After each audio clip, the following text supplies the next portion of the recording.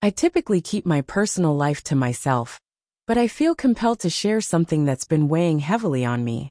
After being married for 29 years, my wife's demeanor suddenly changed, and I have no idea why. Some might suggest I missed the warning signs, but honestly, she didn't give me many to notice. For instance, I always had access to her phone. If mine died, I could easily use hers. Nothing about her phone raised any suspicions.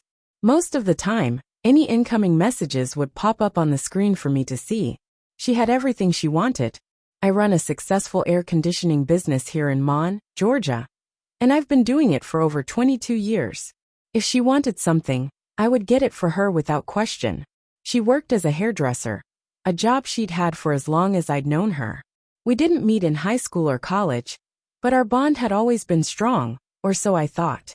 One day, after finishing a customer's AC installation, I came home, and my wife was already there. She usually arrives later than I do. She said she needed to talk, and told me she didn't want to be a hairdresser anymore. I asked why, and she said she'd lost her passion for it. My only response was, "Whatever you want to do, I'll support you."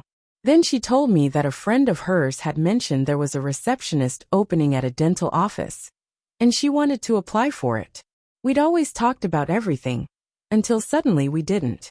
A couple of weeks later, she had an interview for the receptionist job, and soon after, she got it.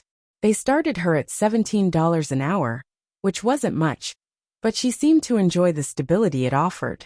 Being a hairdresser had its ups and downs, but it was never steady, and she liked the idea of a regular schedule. About 3 months into her new job, I began noticing small changes.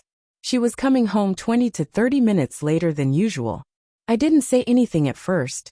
I just observed. She'd still be wearing the same clothes from work, and nothing seemed off.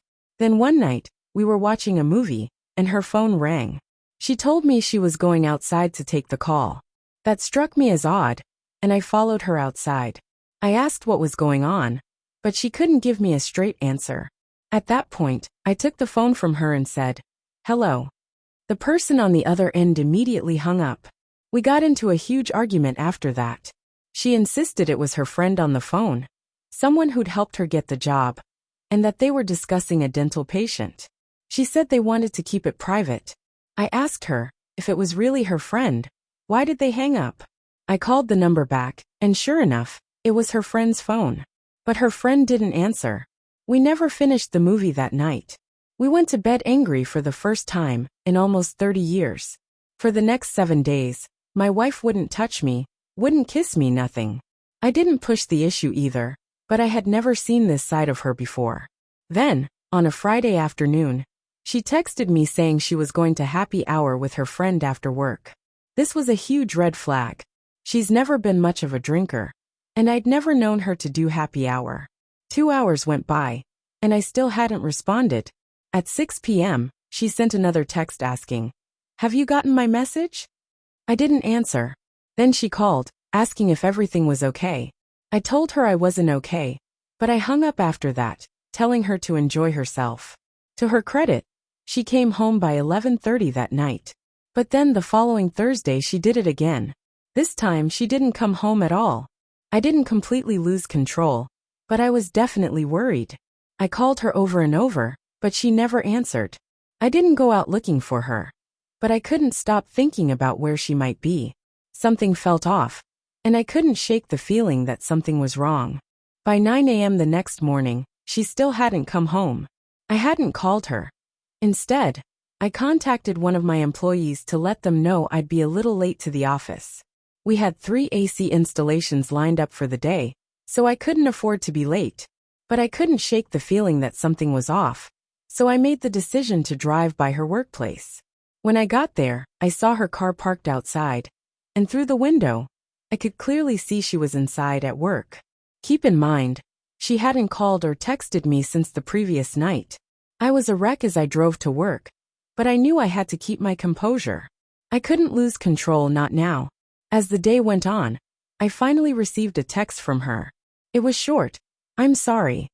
That was it. No explanation, no apology for her actions. She couldn't even bother to text me the night before. I couldn't help but wonder, why now? while she was at work, and not when she should have come home the night before? When I got home, she was waiting for me, and she said she'd been with her friend. Apparently, her friend's husband had been causing trouble, and they'd gotten into an altercation. The police had come by and made her friend's husband leave the house. But something didn't sit right with me. I asked her, "Why not just tell me that from the beginning?" She responded, "I wasn't thinking. I just wanted to be there for my friend." I was thinking, "You stayed out all night and didn't even tell me?" That was the moment I decided I had to find out what was really going on. I wasn't going to secretly track her or invade her privacy, but I couldn't shake the suspicion. On a few occasions, I checked her phone while she was asleep, but there was nothing unusual. She had an iPhone 14 Pro Max, so I even checked the deleted messages, nothing suspicious. Our bank accounts were also clean, and there was no sign of strange transactions. But the doubt kept gnawing at me. One morning, while she was at work, I decided to do some research on tracking devices, something that could help me find out what she was up to. But then, I thought to myself, I don't have time for this. I wasn't about to let her mess with my business or my peace of mind. So, I hired a private investigator. I had the means to do so, and I figured it was better to let a professional handle it. It took 3 long weeks, but when the investigator finally came through with the information, it all came crashing down. My wife had been lying to me. She was having an affair with one of the dentists at the office where she worked. Her friend had been helping her cover it up. She even had a private P.O. box where she was receiving mail related to the affair. The investigator was able to get some shocking details. My wife had been going to this man's house when his wife was away, caring for her mother, who was battling breast cancer. His wife would be gone for days at a time, leaving him alone. Once I had the proof, I didn't say a word to my wife. Instead, I went straight to a lawyer. I provided them with all the photos and videos the private investigator had gathered. When I met with the lawyer, I asked if I could change the locks and kick her out of the house. The lawyer told me I couldn't, as it was still our marital home.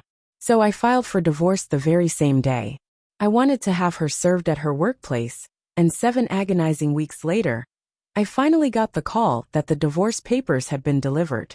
During those weeks, I played the role of the supportive husband, keeping up the act while everything inside me was falling apart. I didn't move out immediately, but I did stay at a hotel for about a week. I didn't want my family or friends to know what was going on. My soon-to-be ex-wife didn't try to reach out much. She did ask me where I was once, but I never responded. At the divorce hearing, she tried to claim that I had abandoned her, that I was neglectful. But my lawyer shut that down immediately with the report from the private investigator. The judge ruled that she wouldn't receive any alimony. She got 40% of the savings, and only 30% of the equity in the house when it sells. My lawyer had warned me that she would likely get something, given we were married for almost 30 years, but I didn't care. After the divorce, my ex-wife never came back to the house. She sent her relatives to collect her things and move out. One day, her sister tried to claim that I was being cruel to her, but I pulled out my phone, showed her the evidence and said, "This is why I divorced your sister." I never saw my ex-wife again after that. I sold the house, and she received her share. That was the end of it. I had tried so hard to save my marriage, but once I saw the photos and videos from the private investigator, all hope for reconciliation vanished. I knew I could never trust her again, and that was a feeling I couldn't shake. I wanted to share this story to give others an insight into how deceit can tear apart a life that seemed perfect on the surface. It was a painful lesson, but one I had to learn.